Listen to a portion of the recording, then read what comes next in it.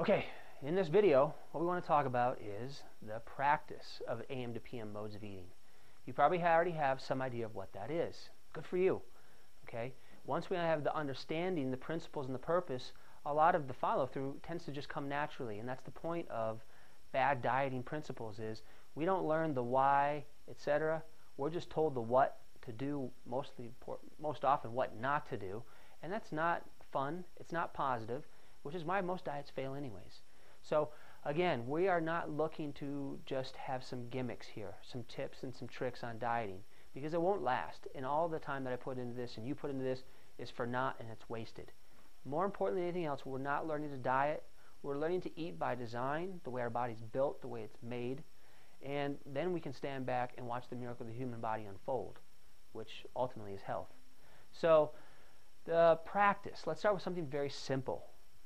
I've taught this for years, and I've seen people do it in all different kinds of ways, AM to PM modes of eating. I think the simplest strategy that anybody has ever implemented is to simply reduce their carbohydrate intake in the evening.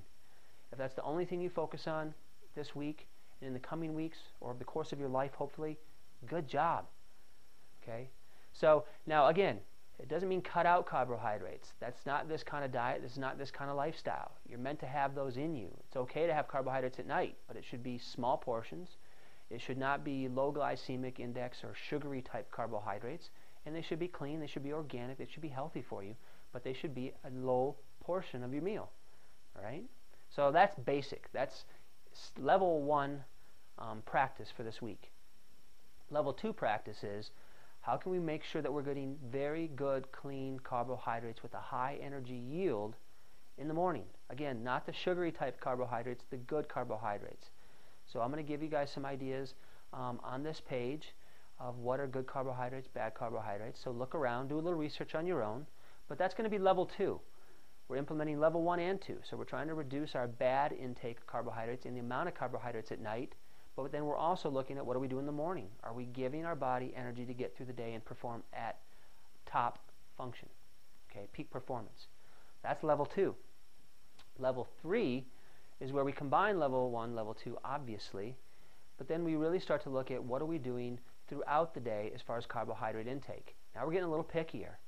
As we go from AM to PM, we should be really reducing how many carbohydrates or what kind of carbohydrates we're putting in the lunch hour, the 2 o'clock hour, the 4, the 6 o'clock hour.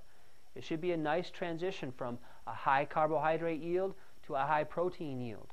So we're going to be a little bit more analytical, a little bit more picky on what we're putting in between those meals. And in the weeks to come, we're going to talk about snacking and fueling your body multiple times throughout the day, taking 5 to 6 meals per day. And that's where this level 3 becomes important, because we don't want to be having a high carbohydrate yield at 2 o'clock or 4 o'clock in the evening. Our body really doesn't need that kind of energy unless you're staying up till 2 o'clock in the morning. Okay? Make sense?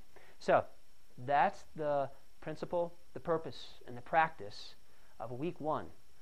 Okay? The next couple weeks are going to get a little bit more interesting, a little bit more difficult, a little bit more challenging, but a little bit more meaningful as well. So let's start off with the basics. Let's get those right, and let's see where that takes us.